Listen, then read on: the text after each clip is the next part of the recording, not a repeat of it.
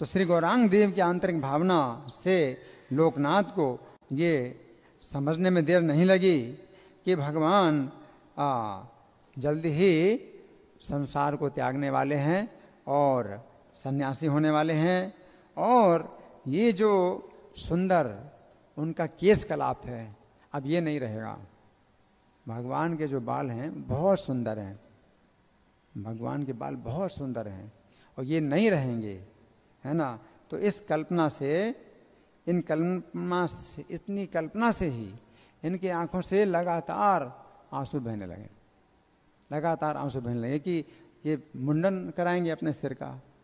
तो ये बाल जो है, भगवान के जो केश हैं वो बहुत सुंदर हैं।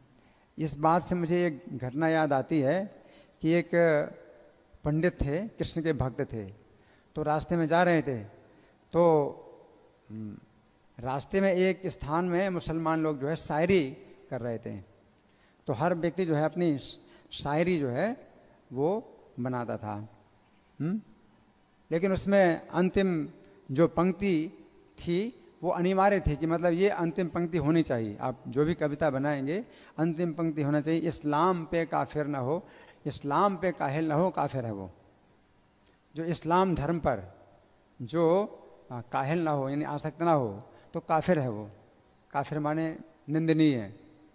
तो ये जो है मुसलमानों की शायरी थी। तो हर व्यक्ति अपनी शायरी कविता बनाएगा, अंत में ये बोलना पड़ेगा, इस्लाम पे काहिल ना हो, काफिर है वो। तो इनको बुलाया पंडित जी को, तो बोले कि आप भी आइए, आप भी जो है कविता सुनाइए। तो पंडित जी सोचते हैं कि मैं क्या सुनाऊँ इस्लाम की यहाँ प्रशंसा में मैं क्या सुनाऊँ। तो भगवान कृष्ण ने उनको ऐसी बुद्धि थी, तो उन्होंने जो है कविता बनाई। बोले लाम से गेसु मेरे घनश्याम के। लाम जो है उर्दू का एक अक्षर होता है, टेढ़ा मेढ़ा होता है ना।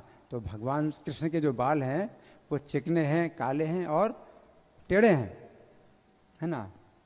तो उन्होंने कहा लाम से गेसु मेरे घनश्याम के, इस लाम पे काहिल न हो, काफिर है वो।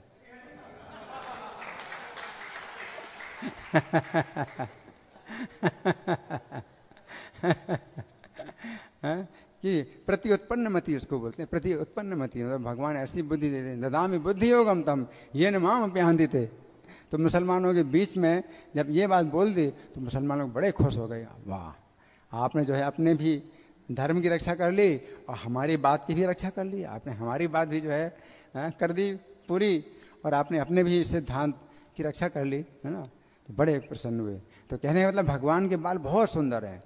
और चैतन्य महाप्रभु के बाल जो है, जो नाई काट रहा था, मुंडन कर रहा था, है ना। तो पहले तो उसने कहा कि मैं ये नहीं कर सकता, अपने पुत्र का गला काट सकता हूँ, मैं अपने पुत्र का गला काट सकता हूँ, लेकिन आपके बाल नहीं काट सकता। उसने जो है बिल्कुल साफ मना कर दिया, ये काम मैं नहीं करूँगा।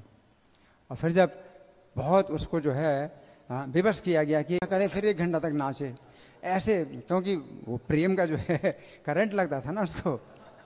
तो इस तरह से दिन भर लग गया, चैतन्य महाप्रभु का मुंडन करने में दिन भर लग गया।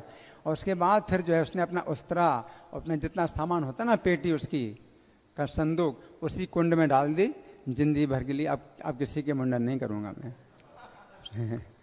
तो भगवान का मुंडन जो है मतलब करना एक बहुत बड़ी घटना है, बहुत बड़ी घटना है। और भक्तों के लिए बड़ा, मृत्यु से ज़्यादा कष्ट भक्तों के लिए।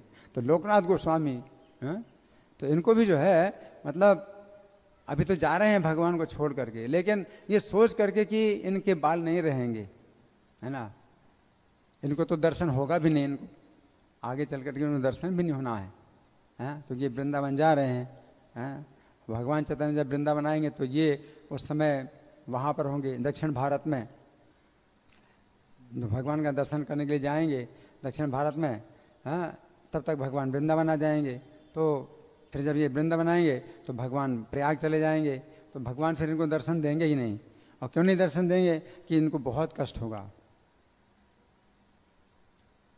किस बात में? कि भगवान के बाल नहीं है, तो भगवान ने दर्शन ही नहीं दिया। फिर स्वप्न में आदेश दिया कि नहीं, तुम वृंदावन में ही रहो, मैं तुम्हें दर्शन नहीं दे रहा हूँ, तुम्हें बहुत कष्ट होगा। तो भगवान जी जो है तो ये भगवान के इस जो है मुंडन संस्कार होगा, संन्यास होगा तो मुंडन संस्कार होगा। तो इस बात से ही, इस बात को सोचते ही नेत्रों से लगातार अश्रु की धाराएं प्रवाहित होने लगी और रोते बिलखते श्री चैतन्य के चरणों में गिर गए, रोते बिलखते।